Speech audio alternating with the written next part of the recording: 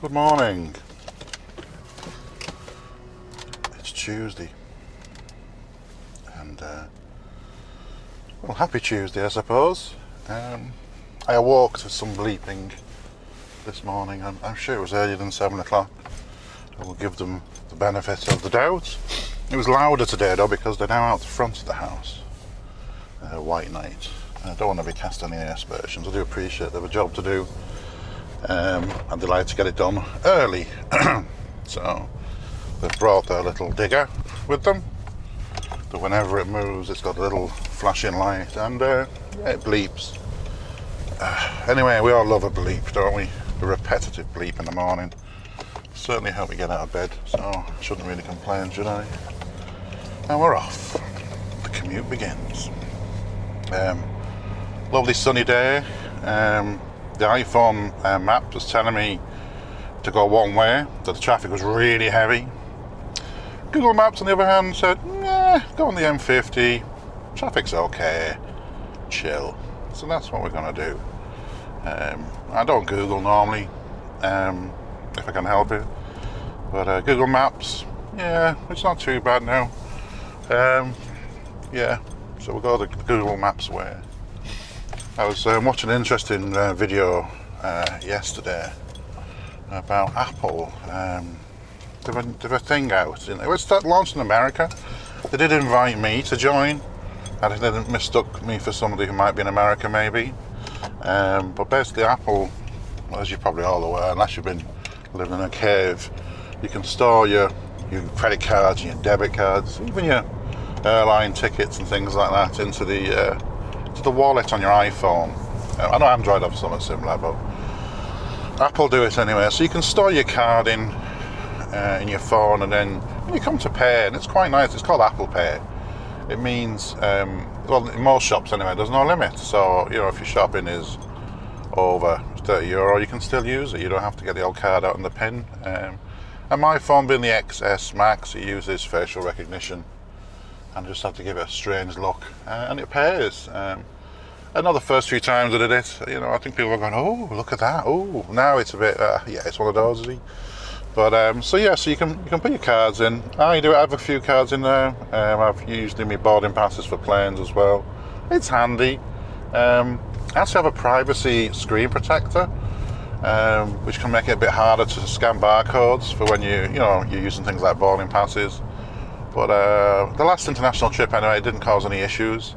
I did have issues though catching the Heathrow Express between London and Heathrow Airport. It just had to be placed in a certain position, the actual barcode, for it to scan it. But like I say, I think that's the privacy screen I have. And I like that in a sense, because I can see the screen. But if you're just to one side of the screen, it's such a big screen as well, of course, you can't see it, so it's quite nice. Plus it protects it from damage and that sort of stuff. So you can put your cards into your phone, and you can use your phone. I mean, I've always got my phone with me, so it sort of makes a lot of sense. And I can go blip, pay for stuff, whatever. Works quite well. But anyway, so Apple, I've got one step further now. So they're backed by Goldman Sachs. Apparently the first ever consumer credit card from Goldman Sachs. I mean, we know they've got fingers in lots and lots of pies. It's the first time they've gone for the consumer space, so I can only suggest there must be heaps and heaps and heaps of money in it for them. I hardly think they're going to come up with a consumer product and there'll not be lots and lots of money involved. So essentially what Apple are saying is they have their own credit card now, their own thing in your phone, so it's Apple's own, as it were, backed by Goldman Sachs. And also a physical card for when Apple Pay isn't taken. And there are a few places still that don't take Apple Pay, and you have to have the physical card. So you get a physical card as well, and I think it does say Goldman Sachs on it. It looks quite nice, I suppose. Yeah, so I watched a video about it. Very interesting that things are not always as they seem.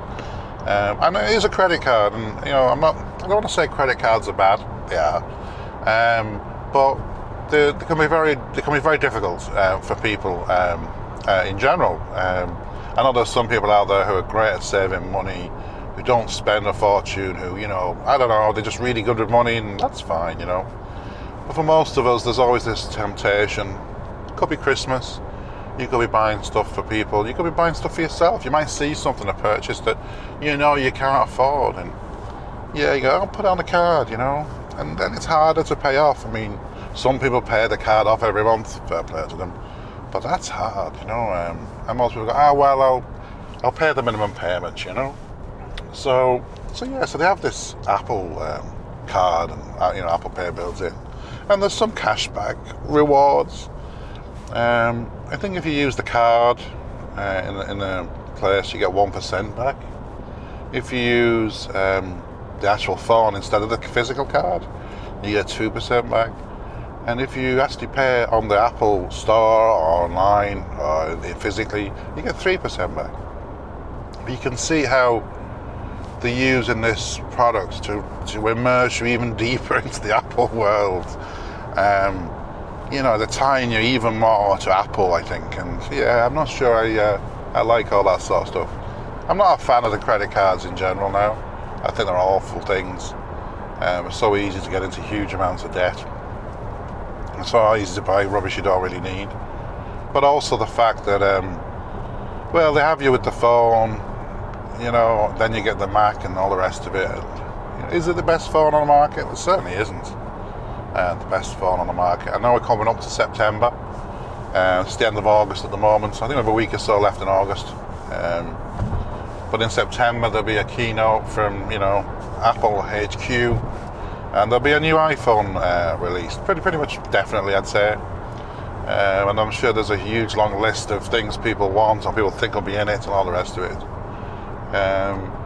But we'll see what happens. And if it wasn't for having a Mac, if it wasn't for having had an iPhone for years, and it's just easy to go to another one, would I be using an Apple product? I probably wouldn't, I don't think, But it's Apple Pay now. I'll be interested to see how it goes on and if it's launched in the rest of the world. But it's just another area they seem to catch you, they grab you, and you can't let go.